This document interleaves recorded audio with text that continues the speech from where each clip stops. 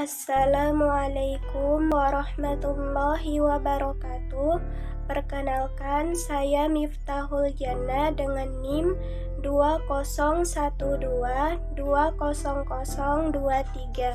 Video ini dibuat untuk memenuhi tugas ujian akhir semester mata kuliah kurikulum pendidikan Islam di SD, SMP, SMA, dan SMK dengan dosen pengampu Bapak Dr. Rasidin SAG MAG.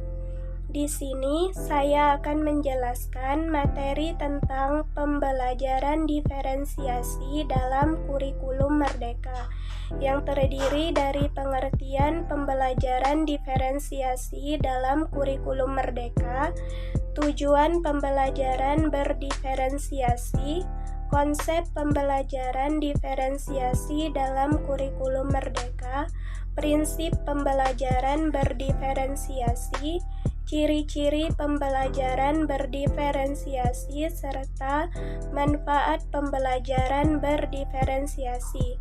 Untuk penjelasan lebih lanjut, simak video berikut ini.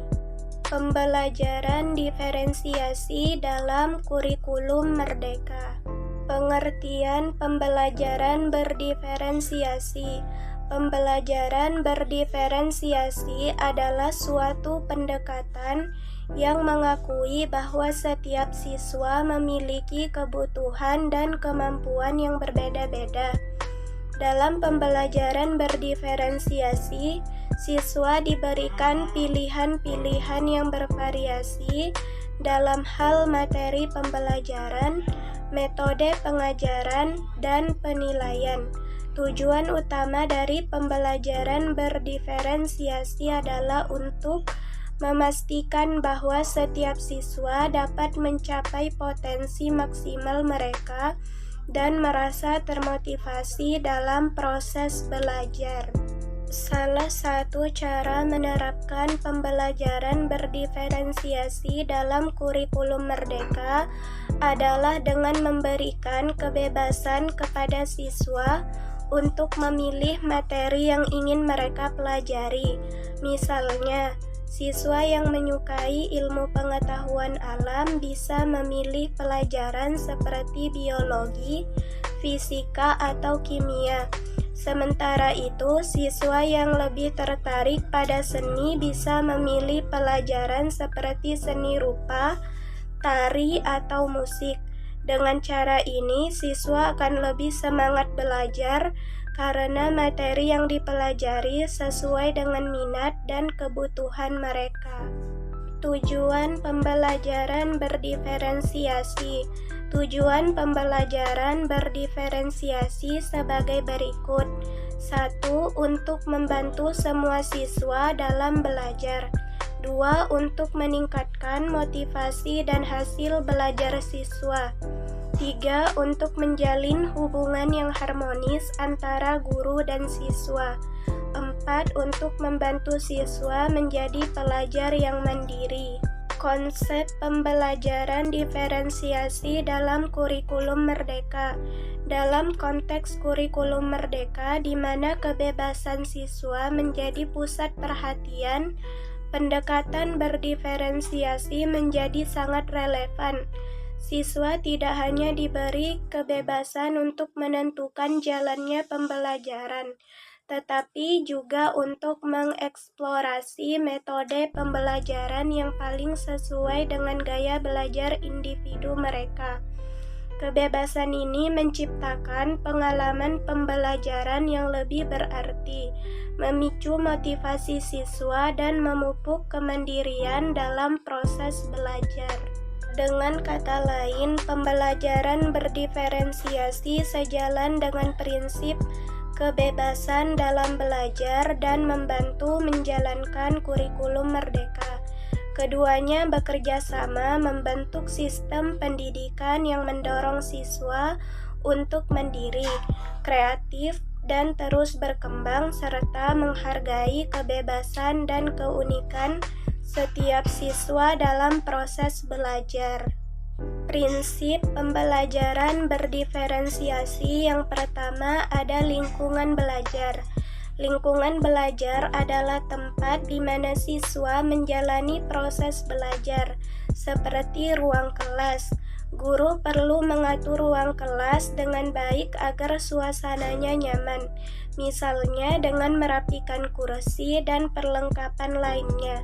Lingkungan yang tertata rapi dan nyaman juga menciptakan suasana saling menghargai antara siswa, sehingga semua siswa mendapatkan kesempatan yang sama dari guru dalam belajar. Yang kedua, ada kurikulum yang berkualitas. Kurikulum yang baik harus memiliki tujuan pembelajaran yang jelas, agar bisa membantu guru dan siswa mencapai target belajar. Namun, tugas utama guru bukan hanya memahami siswanya, melainkan lebih penting lagi memahami kesulitan yang dialami siswa saat mencoba menerapkan apa yang mereka pelajari dalam kehidupan sehari-hari. Yang ketiga, asesmen berkelanjutan. Sebagai langkah awal dalam proses belajar, guru sebaiknya melakukan penilaian sebelum memulai materi. Penilaian awal ini bertujuan untuk mengetahui seberapa siap siswa, seberapa dekat pemahaman mereka dengan tujuan belajar, dan seberapa dalam mereka sudah memahami topik tersebut.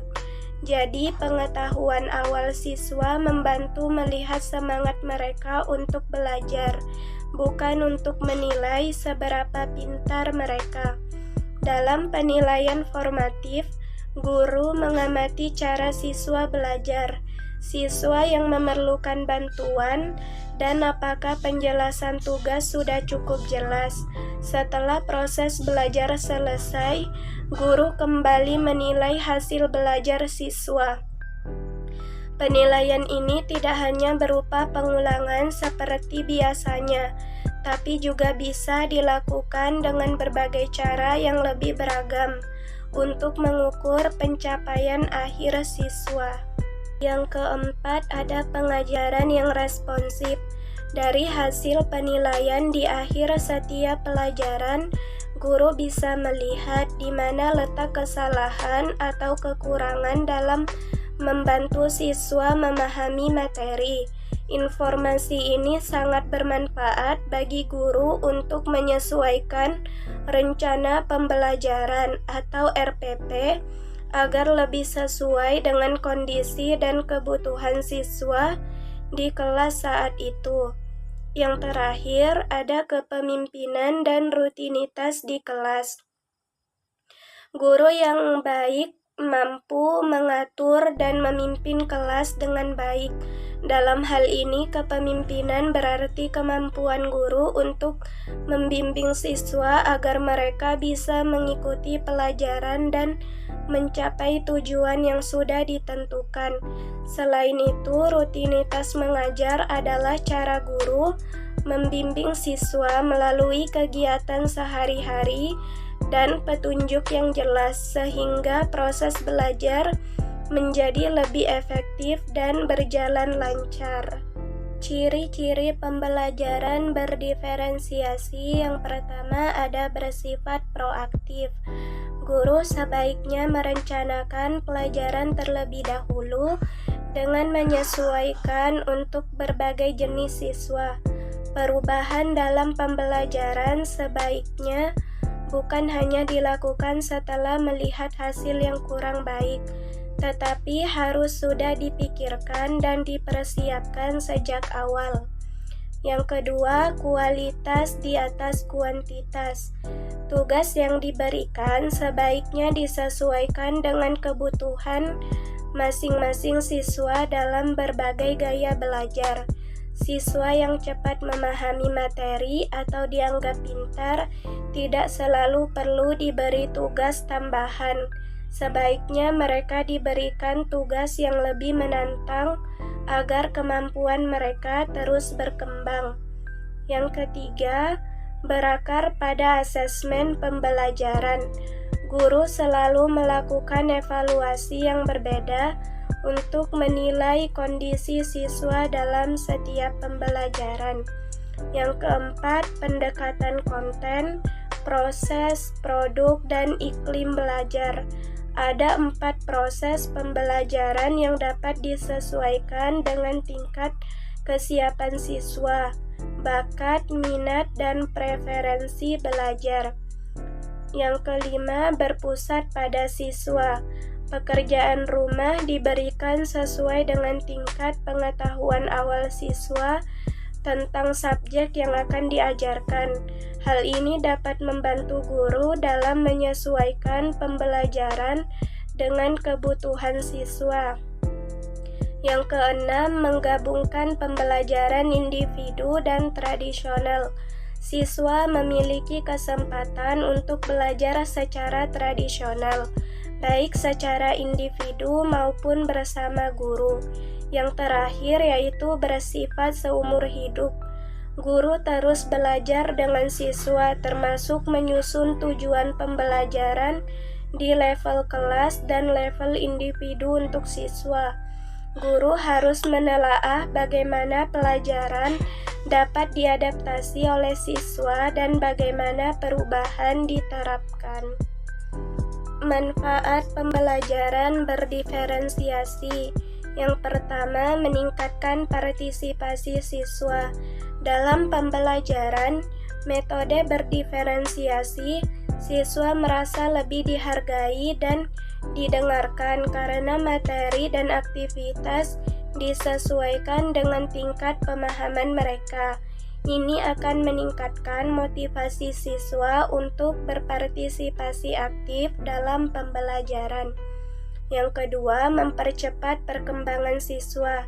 Dengan menyediakan materi yang sesuai dengan tingkat pemahaman siswa, pembelajaran berdiferensiasi mendorong perkembangan siswa lebih cepat. Siswa lebih berkemampuan dapat memperdalam pemahaman mereka, sementara siswa yang mengalami kesulitan dapat memperoleh bantuan tambahan. Yang ketiga, meningkatkan pemahaman konsep. Setiap siswa memiliki kecepatan dan gaya belajar yang berbeda. Dalam pembelajaran berdiferensiasi, guru dapat menggunakan berbagai metode dan strategi pengajaran untuk memastikan pemahaman konsep yang lebih mendalam. Misalnya, menggunakan cerita untuk siswa, audio visual, atau kegiatan praktik bagi siswa kinestetik. Yang keempat, meningkatkan keterlibatan siswa. Pembelajaran berdiferensiasi memungkinkan siswa untuk memiliki kendali lebih besar atas proses pembelajaran mereka.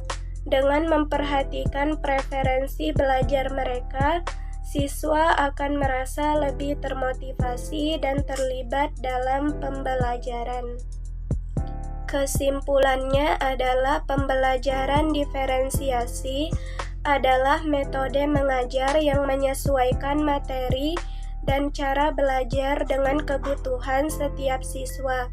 Pendekatan ini sangat cocok dengan kurikulum merdeka karena memberi kebebasan dan perhatian pada keunikan masing-masing siswa. Meski ada tantangan dalam pelaksanaannya, pembelajaran ini terbukti mampu meningkatkan semangat, pemahaman, dan hasil belajar siswa. Sekian penjelasan materi dari saya. Apabila terdapat kesalahan, saya mohon maaf. Saya akhiri dengan ucapan wassalamualaikum warahmatullahi wabarakatuh.